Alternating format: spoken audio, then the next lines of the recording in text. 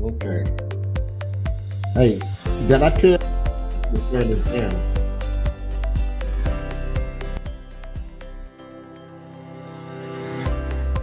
Hey, did I tell you all I lost 18 pounds? No, really Yeah, I cool. did. 18 pounds. Very cool. I I, get. I lost 18 pounds. But hey, look, I can go down now, Sharee, and tie my shoes without laying down to do it. Yeah, I'm struggling with that. Yeah. Better hanging out everywhere now I can see my feet. Oh Lord, I'm telling you, I'm gonna be tough. Y'all ain't gonna be able to mess with me. Ah, my goodness. But anyway, I'm excited about my new video equipment and my studio, which has got me all tickled to death. So that is what it is.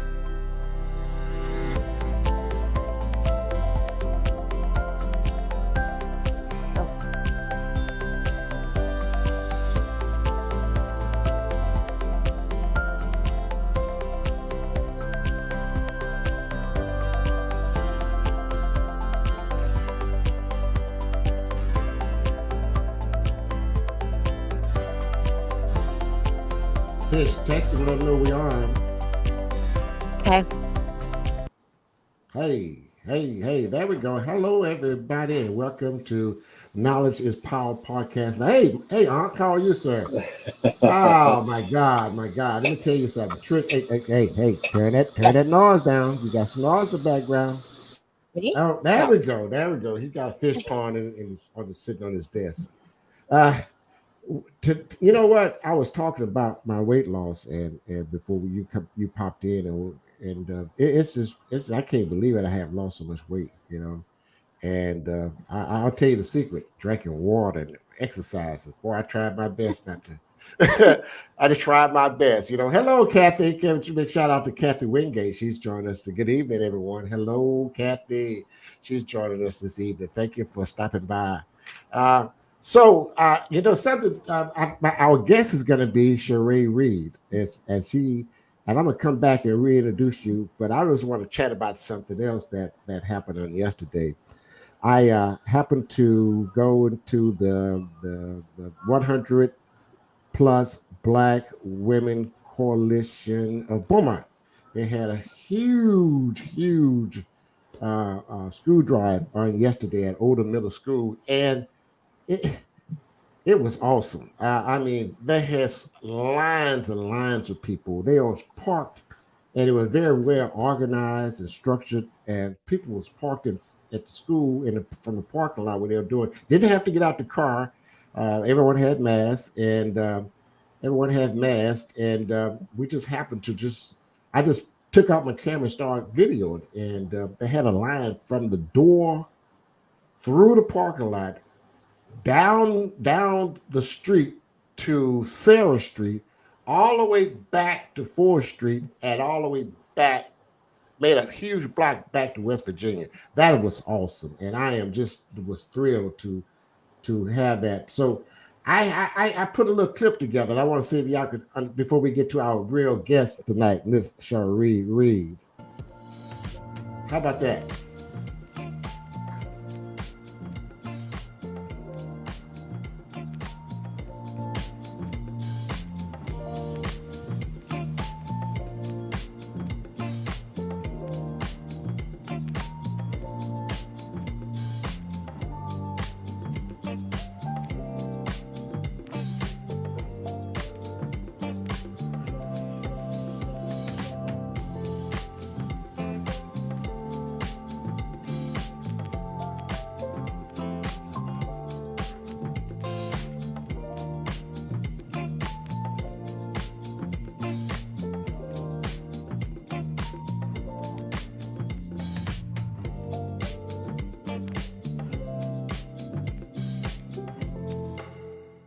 All right. Oh, it's over. Okay, good. Hey, how you like that, guys? Good. Oh, good. That's pretty good. All right, all right. Had me smiling. Hey, yeah, man. My son, like I was telling you earlier, we was backstage talking. My son come home for college, and he is loaded me up with new equipment, and it's my IT guy. I don't have a clue what I'm doing. But anyway, thank you so much, guys, for joining us. Everyone for joining us. This is a great time. I've got a special guest tonight, Sharee Reed.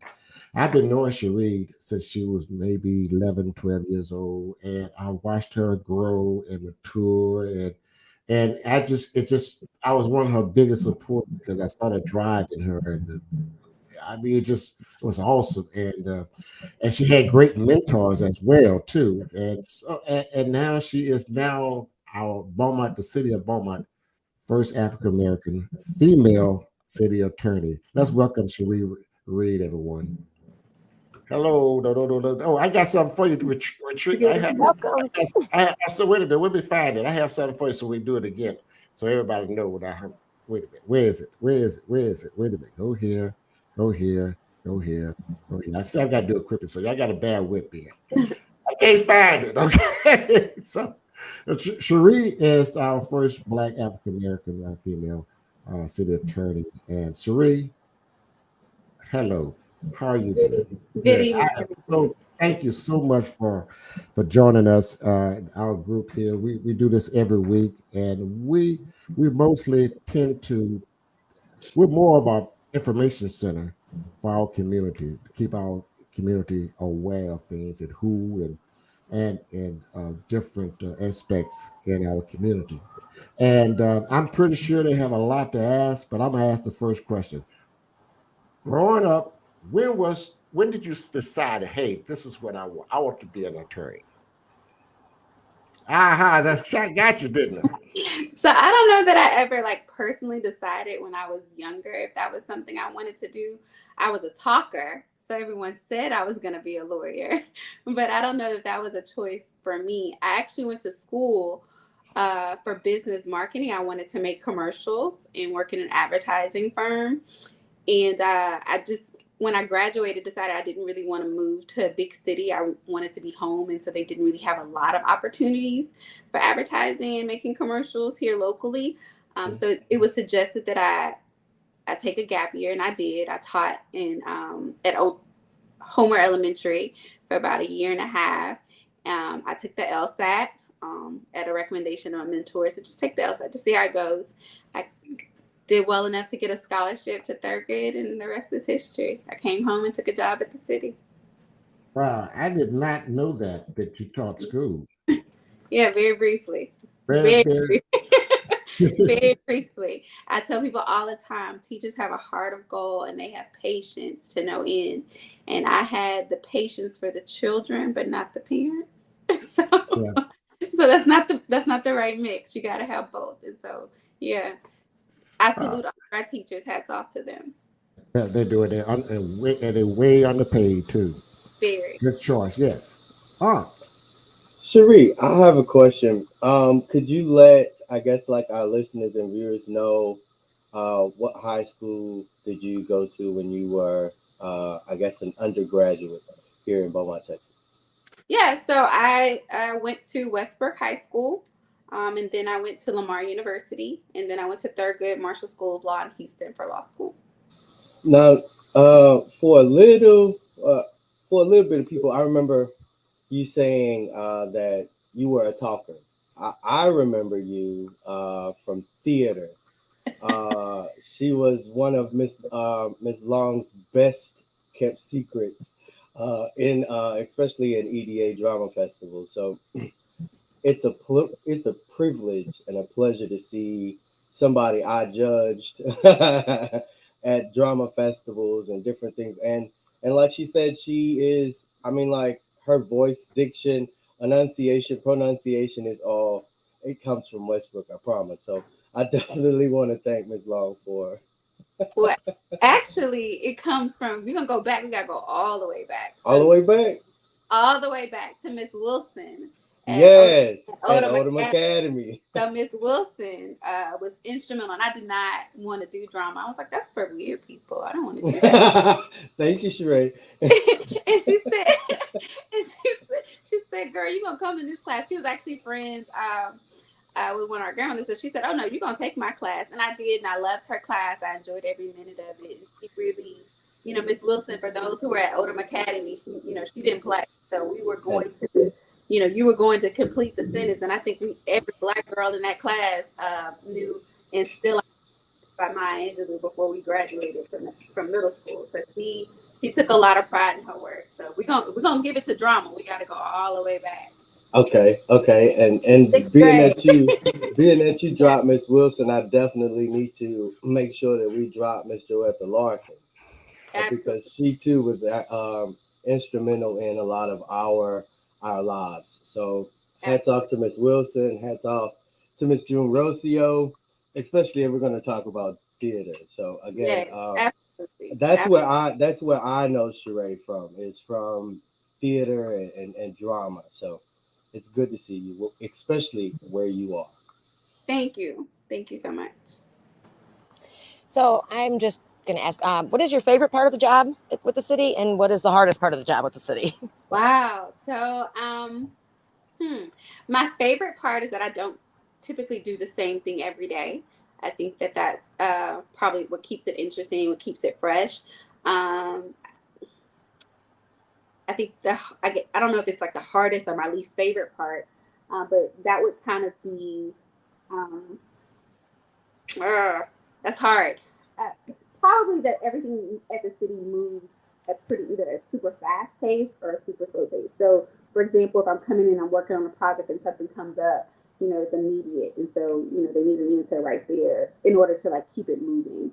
And so you don't always have a chance to kind of like, and I want to read everything, research everything. I want it to be the right answer. Sometimes somebody just says, "I need you to say yes or no," like really quickly, and I'm just like, ah.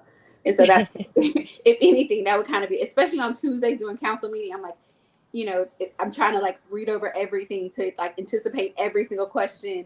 And like sometimes they ask me none of the things that I prepared for, and they ask me something completely different. And I'm sitting there and I'm like, so You just can't be thorough. yeah. Yeah.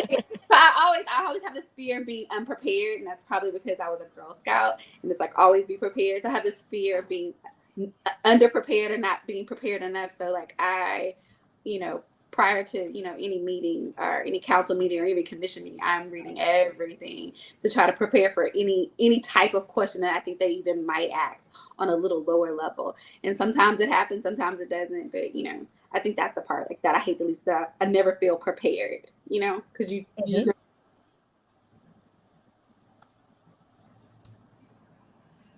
Hello. Yes. No, he's got his mic. His mic is muted. Okay, there we go. All right, this is Perry Busby. Hey, he's from the Sunshine State. Okay. Good evening. Your mic is muted, or you muted, or you can't hear us. While we waiting on Perry, let me just say that Terry Roy, who's usually here with us on the cast, said telling you hello. Good evening, Mr. Roy. Yeah, Perry, I think your mic is out. I think not Perry, but yeah, Perry, your mic is out. We can't hear you. Yes, your mic is out. Okay, what There about we go. now? There we go. Oh, There we okay, go. okay. Oh my God. Yeah, Okay, there we yeah. go. I have a lot of things going on. Yeah. First of all, hi Sharee. It really is a pleasure meeting you. I am a Beaumont native and a fellow alum of Odom Middle School. Nice. So it's good to hear that Odom is still producing some great students out of there. I guess my question is more or less, you've had a chance to see Beaumont from a kid's view, Mm-hmm. and now you're seeing Beaumont from not just an adult view, but you're actually there. Versus what you'd like to see. I mean, when they first said you have this position, how you what are the challenges you see in mixing the Beaumont that you loved, and now you get to see it, for lack of a better word, the dirty side. Oh wow. Okay.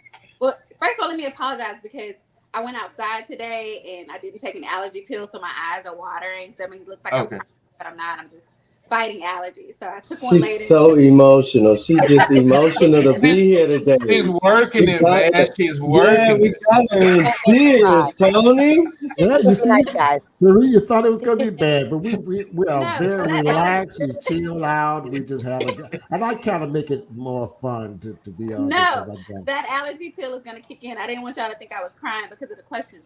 No, but to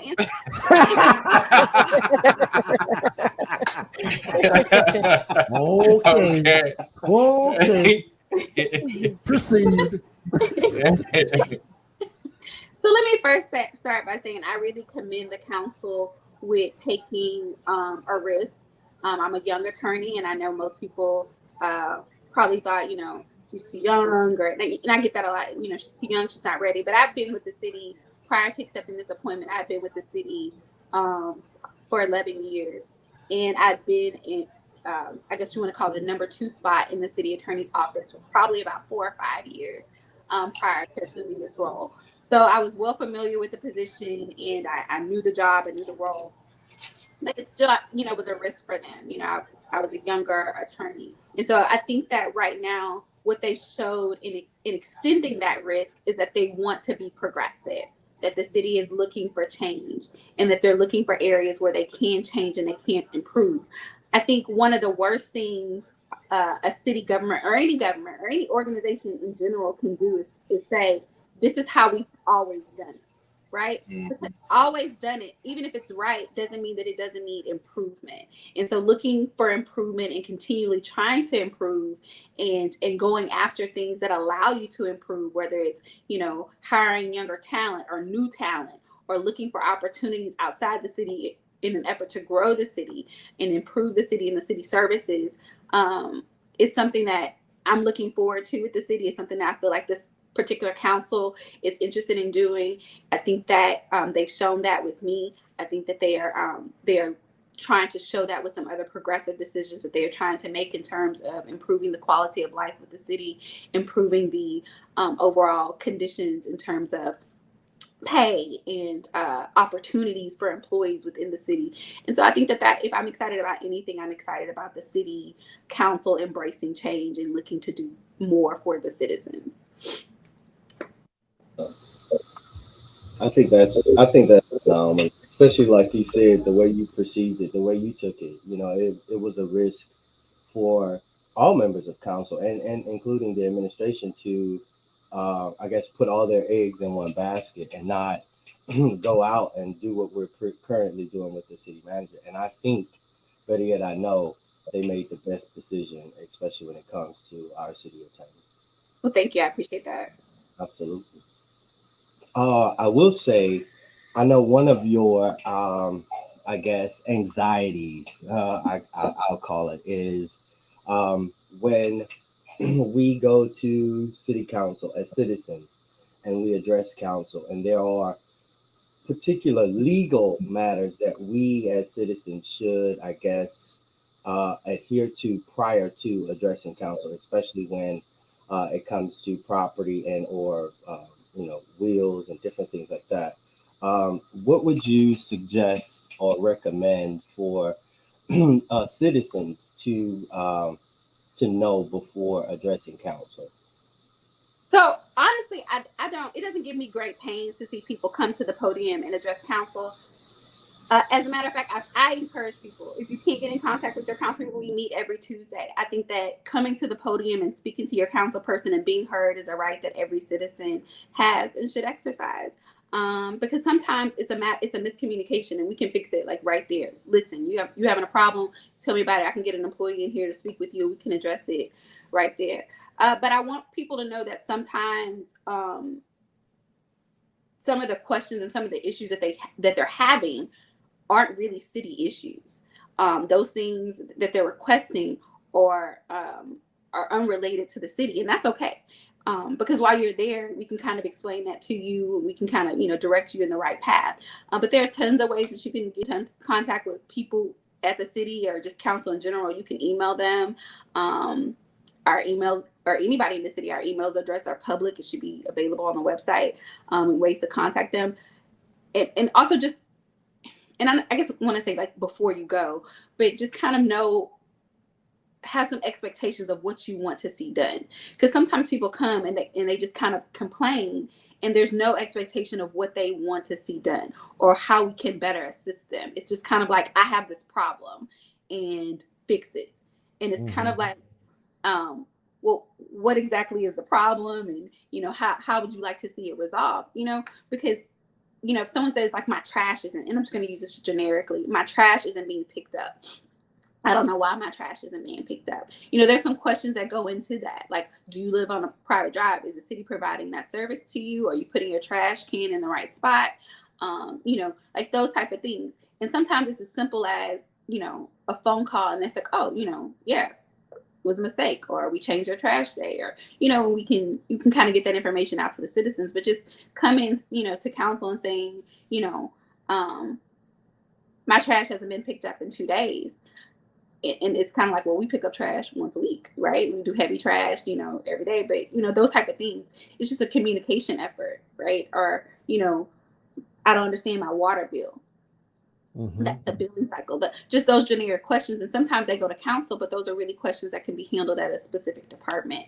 And I feel like sometimes people just kind of go to council as a fix-all, but the reality is that we have a city manager strong form of government, which means that the city manager runs the operations for the day-to-day, and council really just gives direction to the city. So on Tuesday, what you guys see when we're voting on action items and approving things is that that's the city council telling the city manager and staff, go and do these things. And so on a daily basis, when we're handling daily operations of the city, sometimes the council has absolutely no idea. So when you call them with a problem, what they have to do is first figure out who in the city handles that, right? So they call the city manager and saying, Chris Jones has a problem with his water bill.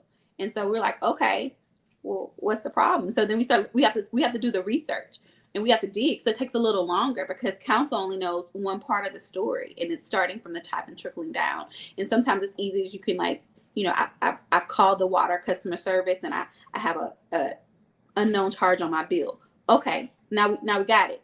There's an unknown charge in your bill. We can figure out what that charge is and kind of work that out. And so sometimes it's a matter of communicating with the right people at the right level. So on Tuesday, when somebody comes in and they have like a list of things that they have a problem with, and they haven't spoken with anybody in the city, it's a little overwhelming for council, because the first thing they do is like, why hasn't this citizen been helped? And we're like, well, this is the first time we're hearing about it as well. And so it's not like, people at the city who work for the city are genuinely have good hearts, in my opinion. And I know that they want to help the citizen. They want to do the best that they can. And so, kind of when you go to council on Tuesday, you're yelling about what they're not doing, and you haven't spoken to them, it kind of puts them like in a spot where council's kind of like, well, why are they here? Because council feels like if they're in council complaining about it, it's because they haven't had an opportunity or haven't had their situation resolved at the level for staff. And so I'd encourage people all the time, like, if you can resolve it at the staff level, or if staff has not been unable to resolve your problem, yeah, definitely come down to City Hall and exercise your right on Tuesday. But it's always quicker and more beneficial if you've tried to work it out with staff first. Um, and to that, as you talk about staff, I've had an opportunity to consult with local governments from city to county, state, multiple levels. In fact, right now I'm doing something in St. Louis County, Missouri. And one of the things that I'm hearing that is constant, especially in local government, is just the ability to maintain the human resources now, because of turnover, like yourself, and understand me, while you're appreciative, the city of Beaumont should be appreciative that someone of your caliber and you would want to be in Beaumont, Texas. I mean, let's just keep this two-way street going. Um, what do you see now as a challenge now for city governments who are now starting to look more to outsource some of those resources, and what liabilities lie in that, for a city kind of like Beaumont. I don't want to get into any kind of thing that's going on, but do you foresee that No. as an So, issue? so I think your question has two parts, and if I get too far off base, you just kind of reel me back because I'm an overthinker, right? But what happened post COVID, we went home for 3 months, right? They shut down the city. Everything was cleansed, and the world was basically shut down. But the city services and the city government kept going, which means people kept working. And so after that, when you say now we need you to come back to the office, people were like, "Why? I don't understand. I've been doing my job perfectly fine at home. Like, why do I have to come in?" And so what we're seeing now is that this generation of younger new workforce individuals are expecting to work from home. There are so many work from home and work remote places, that individuals like city governments who are not as traditionally aren't as progressive. We want people in the office. We want to be able to see our employees. It's hard to retain younger, newer talent, or even just more progressive talent, because they have opportunities to work from home and have that flexible schedule, and not just work from home, work from anywhere, right? Like, I had a lot of friends who they're attorneys as well, and they were like, "I'm just going to go work in Hawaii for a couple of months," because they have remote positions. They can do hearings and depositions and cases, trials by Zoom, so they could be anywhere. And so you're competing with that. I interviewed an employee, and one of the questions, when I said, "Do you have any questions?" she said, "How many remote days does the city offer?" And so we're not talking vacation days. We're talking remote days. Like, how many days a week or how many days a month do I not have to come in the office? So that's a thing, and it's a real thing. And it's becoming a challenge to kind of, I guess, compete in that arena. And so that's on a professional level. But then you also have situations at a lower labor level, skilled workers or unskilled workers, where the city is just going to have to learn to kind of compete, because the reality is that with inflation going up and the price of gas and the cost of living in general, the city is going to have to make some tough decisions on the base wages for certain employees, because people are choosing are seeing now that it's easier or more financially beneficial for them to be unemployed than it is to drive to work, than it is to come to work. Especially during the summer when childcare becomes an issue for a lot of individuals. It's cheaper to be home. And so, one of the things the city's going to have to look at is, how can the city bring in revenue in order to increase and be competitive, and offer competitive salaries to individuals, to make them want to come back to the workforce, to make them want to be in the office. Because the reality is that if we're not going to, kind of say, offer remote days, because some jobs just can't be remote, right? You can't have a remote firefighter. You can't have a remote police officer. Those are jobs that need people who need to see me be there. And so how are we going to make sure that we have, a water utilities worker whose salary is competitive, and he's going to come in, because his job can't be remote either. And so that's what we're looking at. And we have, because we're in the Golden Triangle area, a lot of our employees live, in that area. And so when you're saying someone is driving in to the city, if it costs them more to come to work than to stay home, that becomes a problem. So the city is going to have to explore some options in terms of, how are they going to be competitive in the workforce in order to retain talent and attract talent. Yeah, and at the same token, I'm saying that you see that as a risk now, that because now you have less oversight. Yes. With Yes. yeah, so and if it's happening for big cities like Houston, I'm saying it's really a tough Yeah. for mid level cities, because you only have so much resource to pull from. So So it's not even just like at a city level. Just in some of the organizations that I'm a part of, I'm a board member for the Texas City Attorneys Association, and several of those members are not just city attorneys, but they're private firms who represent cities. And one of the things that they're facing is attracting lawyers, like retaining lawyers, not because you know, their salaries aren't competitive. They're private firms, right? That's where the big money is people are kind of like, if I can't work from home, then I don't want to work there. And so you have these kids who, you know, I'm saying young adults who went to school, they've taken the bar, and you know, they hear we need you to be in the office from, you know, 8 to 6, and they're like, nah, not doing it, right? So one of the big things that COVID kind of taught us, and I tell people all the time, people always want to view the negatives of COVID, but there were some positive aspects that came from that. Quality of life, mental health, and, you know, just kind of, you know, appreciating your time became a priority for COVID, especially for these younger kids, or younger professionals, because a lot of them, they were in college, and they're going through college through COVID. My daughter, she's a sophomore right now, or going into her sophomore year. She finished her last 2 years at Westbrook online. So a year and a half she was online, and she goes off to school, and she's taking hybrid classes. So the first time she interviews, you know, for an internship, she interviews by Zoom, right?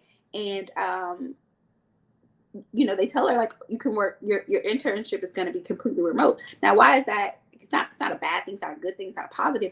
But what it creates in her is an idea that at some point when she becomes a young professional, she graduates, the idea of going into an office is going to be foreign to her, right? Because she's used to being professional from the, you know, from the torso up, right? She's not used to it. And they're like, you know, why do I have to go into an office? So I intentionally made her come home, and I was like, yeah, you can do the intern, but I intentionally made her come home and like work around people, because I think that, you know, one of the flip sides of that is that we become very disconnected from people in that way. You know, I think that Zoom and webinars and all these are a great way to commune, but there's something about being able to like look someone in the eye, be in the room, and communicate with people in that way. And for this generation, I think Zoom is even a stretch because they text everything, right? They send a video message or a snap, so they don't even, you know, really communicate verbally as much as we did. So I think that moving forward, just in general, we're going to have to find that happy medium between in-person and virtual or at home or remote work, in order to make it work. And I know that a lot of firms are struggling with that because, you know, most of the older, larger private firms are really stuck in their ways about that. But flexibility in the workplace and being able to, you know, promote that mental health and that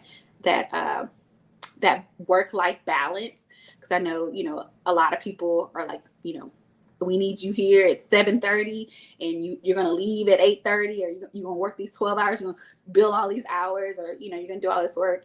And, you know, these young professionals are like, nah, taking a health day, I'm out. And I think that's great. And I think that employers are going to have to learn to embrace that and focus on that and create because I don't think that you're getting a less quality work product. I just think that you're not getting what you're used to, right? And that goes back to what I said to you earlier. Just because it's how it's always done doesn't mean it makes it right. And just because someone's introducing something new doesn't mean that it's like, you know, the end of the world. You know, I want to dive in a little bit because I've got quite a few on our comment board, and what you cannot go into, don't go into. I understand Okay. because okay. So I'm going to go to a line here because there's so many here. So I'm going to bring this up to you, okay? Before I go to that one, let me go. Yeah, before I go to that one, let me go to up here. Okay, there we go. Terry is asking, does Sharee thinks that things will change so that more local contractors can be awarded contracts? So I guess that's a tough question because we do have a lot of local contractors who are doing work with the city right now. I know that there were some issues at a previous council meeting regarding why one of the local bidders didn't receive a high score. And honestly, the city attorney's office doesn't really participate in those scoring mechanisms. Those are really based on that individual department. But most of our contracts, especially when it deals with grant funding or any type of federal funding, have to meet specific criteria. And so when they're doing those score sheets, they're looking at, you know, how closely related to this grant funding criteria does a company meet. And sometimes, you know, it doesn't necessarily fall on the local contractor because they might not have, you know, a previous engineer of TechStyle or whatever has as many expertise or as many years of experience as a previous company. But we do have a lot of local contractors that have bids with or have contracts with the city. The city did a vendor fair a couple of weeks ago that was really successful. We had several people participate, individuals with the county, and I think even the port participated. We had several government entities that participated in that, but we also had several other local vendors who came and who, you know, got information on how to submit a proper bid for the city. And that was important because a lot of the times when I'm having to like advise the council to reject a bid or advise our purchasing department that the bid needs to be rejected, it's because the bid was incomplete. And an complete bid is just something that the city can't accept. And let me explain why. Because when the city puts out a bid, what that is an offer. And it's a little bit of contract law. This is free, but that's an offer. And in order for us to have a proper acceptance, that bid has to come back and all the requirements that are listed in that bid have to be met. And one of the big things that people forget to do sometimes is just sign the bid. And sometimes it's and that's just, it's a very simple thing. And if you don't sign the bid, you're submitted a contract that's not signed. And so I do hope that, you know, in the future that the vendor fair would have yielded to be successful and we'll see more local vendors bidding on city projects so we can have more local contractors doing work here, because money that stays here is just better for the community. That's right. That's right. Okay, we have another Facebook user on one of our pages asking how many lawsuits against the city are currently pending. This might not. How old is the oldest one, and how young is the most recent one? I mean, I'm not really. I mean, I know you can't be on your because you've only been. No. So Okay. that's not a specific, but I honestly don't know how many open cases we have. And I don't know if that's a bad thing for me as a city attorney, because we have a lot of like, just like really small, and I don't want to call them small, but we have like cases that deal with like code enforcement where the individuals have filed an injunction to stop a property from being torn down. So we have those cases, and we also do collect hotel occupancy tax. So we have some of those cases pending, and then just kind of like just smaller car accident cases. If I had to guess, I would say that the city probably has anywhere from 30 plus or minus, maybe more, plus or minus, give or take, no more than 45 open cases pending right now. I know that the oldest case we have is probably before I was at the city. Yeah. It's been on appeal for a very long time. The city is exhausting and that particular person is exhausting all of their legal rights. And sometimes the justice system is a little slower than we anticipated. So I believe that case is probably around 11, maybe 12 years old. And the newest case or the most recent case is probably within the last 2 or 3 months. So it's, you know, still a young case. But Sharee, you have a big audience. I'm surprised. I mean, you've got, wow. Oh my God, you've got a huge audience right now, and a lot of questions they want to know. So I'm going to keep going. I know my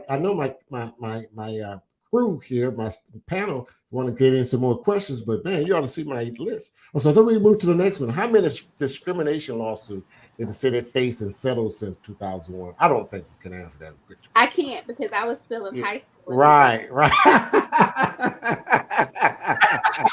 Let's move to the next one. Why won't the legal department of the city of Beaumont allow the release of the body-worn cameras and dash camera videos? So honestly, I don't know that we haven't released anything. When we have a request for those items and they're not connected to any pending litigation or any contemplated litigation, meaning cases that we have received claims on, if we receive a request, then we release them. And I think what a lot of people are not realizing is that a few cases in particular are, like you said, Sharee, are in litigation. So all evidence or collected information pertaining to that case is going to be kept secret until some type of judgment or a release has been made. If I'm So not I mistaken. don't like the word secret because I believe in transparency in government, and I believe that citizens should have them. So I don't like the word secret. The reason why information is withheld when there is a pending or contemplated litigation is because citizens are potential jurors, right? And so if potential jurors, see information prior to that information being placed into context at a trial or a trial setting, they have preformed and preconceived notions, which means they're not open to seeing or hearing evidence or hearing information contrary to their belief because they've already formed a belief. And I feel like it's important to appreciate that that's not a rule that the city came up with. That's a rule that people smarter than me, the jury pool, impartial and open to receiving information, is to make sure that they receive the information in the right funnel, in the right setting, which they've determined is a court of law. And so I don't think that it's ever the city's intent or any government agency's intent to deceive or hide information from citizens. I think it's just we want to be able to have a fair trial, and we want to make sure that that information is presented in the right light. That's a city attorney. I'm That's a sorry. okay. Go ahead, Trish. I'm sorry. No, I'm sorry. I'm in and out with the internet here, and I missed what was said. Did you say that we are releasing if it's requested by citizens, the Yeah, body cam?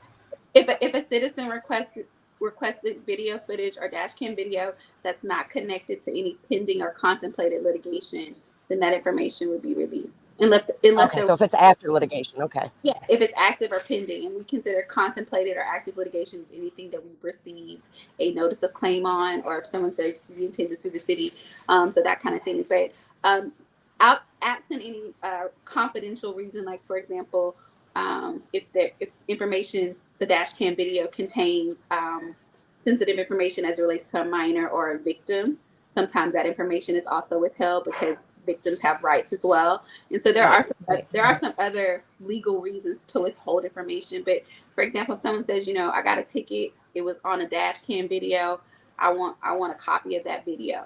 And it's their video, right? It's their Mm-hmm. likeness, their image. We release that. Now, will we release that to the media? Not until the case was resolved. Once it's I resolved, gotcha. yeah. Okay. Yeah, I didn't know I that. understand. I didn't know Well, that. I'm Yeah, the I reason I'm didn't know asking that. is because we have somebody who's been asking for a particular footage, and they haven't been able to obtain it because of the inability to redact the information that's on the body cam. Apparently, it's got the officer's birth date or something as a passphrase or something. But when he asked for the information, that's what he was told. He couldn't have it because the information could not be redacted. I'm not familiar with that particular situation, but I do know that um, there are cases that have sensitive information on there. I don't know how it ties to the officer. I'm not saying that that's untrue. I'm just saying that I'm not familiar I with that. gotcha. Is that being a reason, right? Okay, I gotcha. Thank you. Before I go to the next comment, now, are you is there an assistant city attorney as well? So I have several attorneys who work in my office. I have not filled my old position yet, so I'm still Okay. doing that Okay. position. Because the city this size need more than one attorney. Yeah, I have several attorneys who work in my office. I just haven't replaced myself yet. Okay. Let me go to the next. Let's see here. We went to that one. Trish asked that question, so I moved to the next one. How can the city of Beaumont be transparent while refusing to release police videos? So as I said earlier, it's not that we're refusing to release them. Is that there's a law that says that videos that are pending are Yeah. connected to pending litigation Right. Okay. That's just a double question. Yeah. to be withheld. So it's not Right. not a refusal. Right. Well, guys, y'all had any more questions for my good friend Sharee Reed? Hey, Sharee asked me earlier before we was on the air, and she said, "How long is your podcast going to be?"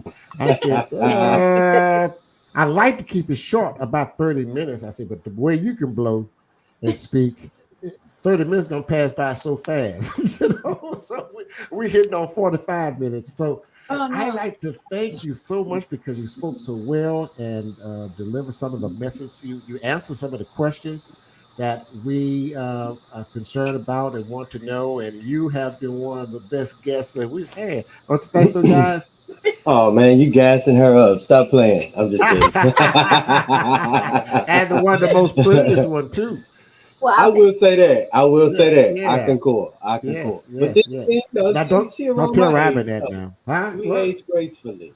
Yes, yes, yes. I will I, say, to she makes me Sheree, she makes me feel old because I've been knowing her since she was a young lady, young child. So I feel kind of old now, you you know. are old. I'm on deck. I'm on deck. Man, you old, man. So I will say to Sheree, I want to thank you for some of the programs that um, you not only walk through in the city of Beaumont, but also extending some of those programs to our youth, like middle school and high school students, especially the know your You got dogs. You got they dogs. fighting. Man. that was my Yorkie. Oh, It was that's time. your dog. Okay. I thought it was Chris' dog. It's Trey, time. Trey, I can't believe that Chris had a dog. It's But that was Nah, my look. It's getting close to our bedtime, and this is the time he needs to let- go to let's get bed. hey, let's I'm get on close. that podcast. Yeah, it's It's close to okay. nine. My It's getting close cameras to are on. My nine cats too. are climbing all over the walls, so it's okay. Wow, wow, wow. not a problem. But I definitely want to thank you again for the programs that you bring to this particular department, Mm-hmm. especially exposing to our youth the reality of the legal system. I just hope that we can support you in the future of planning and exposing your office to to our youth, to our to the public. So I hope that Tony will definitely get you on again. We'll definitely see if we can work you in on my neighborhood association side. So, like I said, so that we can be exposed to something different, something better. Ah, I look forward to it. I'm Awesome. proud of you. You know that. You can't say that. I'm proud, baby. I'm just happy for you because you have really, really, you did your due. So with that, with that and said, guys, anyone has the last word before we close out? That's right. That's the last word. Oh, thank It's not. All right. you. What's Sure, your you don't rate? want the last word? Me having. Yeah, Yes. you get the Yes. Oh last word. wow. You get the last word, sweetheart. Well, I hope if nothing else, people take away from it that I think that the city attorney has two functions. My job is to advise council, help council make good decisions, but my job is also to look out for the citizens and to make sure that council is acting towards it in their best interest. And so I hope that I have a very long and successful career with the city doing that on behalf of the citizens of Beaumont. I'm from here, my family is here, we live here, so I'm invested in making sure that Beaumont grows and becomes better. Thank you. God bless. Love you. Take care. Thank you so much. And thank everyone for listening and Thank watching you. Knowledge of Power Podcast Live. We're here every Sundays and Tuesdays at 8 o'clock during the summer. How about that? Thank you, guys. Thank you for watching Knowledge is Power Podcast Live. Be sure to like and subscribe to all Knowledge is Power social media pages.